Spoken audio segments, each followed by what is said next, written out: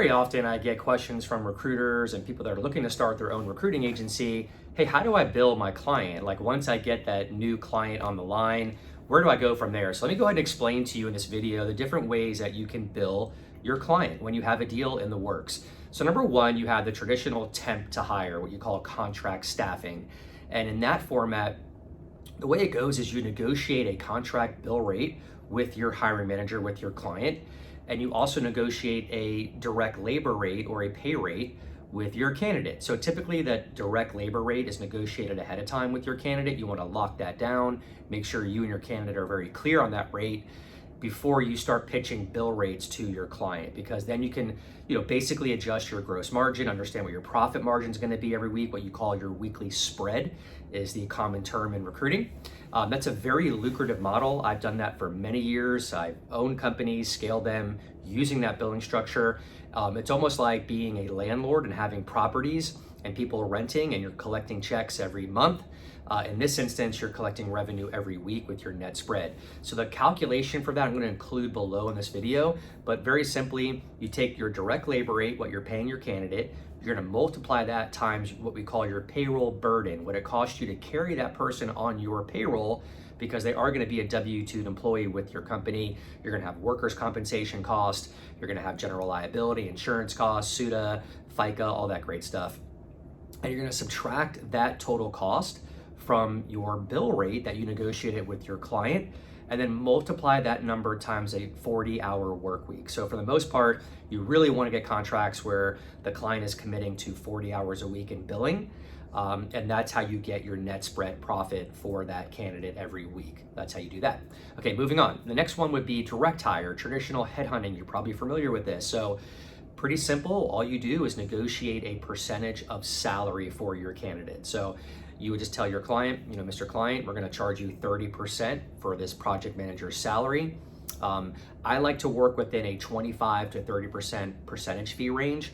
A lot of folks out there in my space will pitch to you that you should start at 10% or 5% or 15%. I wholeheartedly disagree with that theory. I think you're leaving money on the table. You are positioning yourself as a flea market recruiter. You're letting your client know that you can just work for pennies on the dollar. I would not go there. It sets a really bad precedence going forward. So always start at 30%. You can always work down, worst case scenario, to like 22.5% if you had to, but I typically like to come in at 25%, between 30% on an annual salary. And then from there, you have to throw in some guarantees. Your client's gonna ask you, hey, what's your guarantee? You wanna make sure you have a really well-written contract, which we provide for our members, as to what your guarantee is, whether it's 90 days, 6 months, a year. What's gonna happen should that candidate get terminated, should they quit?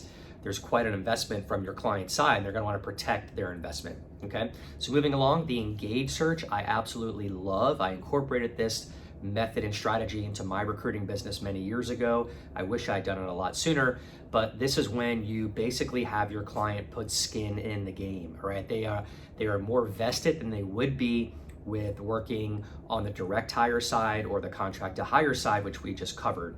And the way this works is once your client gives you a new job, a new rec, you tell the client, okay, great, we are going to collect $2,500 up front, $5,000 up front, whatever that number is. I think it's wise to keep it between $2,500 and $5,000. Mr. Manager, what this does, we're not interested in making money off that engagement fee. For us, it tells us that you're serious about filling this role, meaning that when my recruiters, work around the clock, come in on Saturday and Sunday and lock down a very good candidate, we submit that candidate over to you.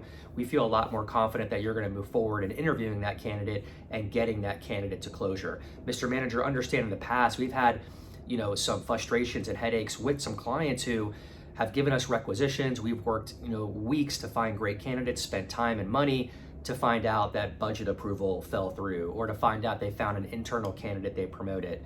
And we lost a lot of time and money in that exercise, which is why we work on engaged search. I hope you understand. And also, Mr. Manager, understand with the engaged search, we are much more engaged. You are a priority in our business. Our recruiters are commission driven, so they're excited to come to work every day and work on your opportunity. I promise you're gonna have an A-player candidate with this structure.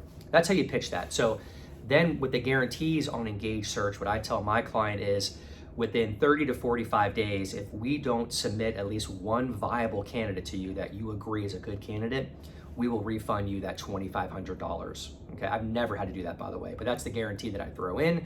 And let me make it even better for you, Mr. Manager. You have nothing to lose in this scenario, because once we find the candidate for you and we place the candidate, we're gonna go ahead and refund that $2,500 on your first invoice for the candidate. So, for example, if you made $10,000 on that candidate, you would go ahead and deduct $2,500 on that first invoice. So if the client has a problem with that, typically it's a red flag, and it's better to know up front to not work with that client. It tells me that they're gonna just, use you, and they're in touch with 5 or 6 other recruiters. So it's a really good test when you get a new client on the hook, if they're willing to pay that engagement fee. That's how that works.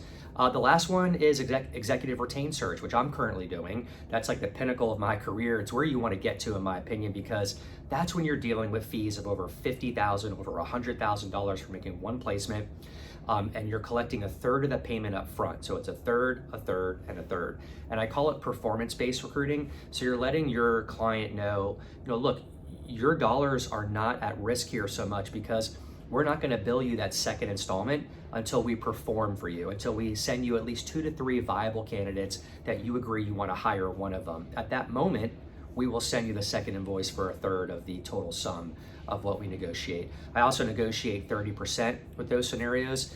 A lot of times with executive retained search, it's higher level roles that you're working with. VP level and above is what I've noticed. So I hope that helps, guys. Again, I'll put the formula down here for the contract to hire staffing billing structure, and happy hunting.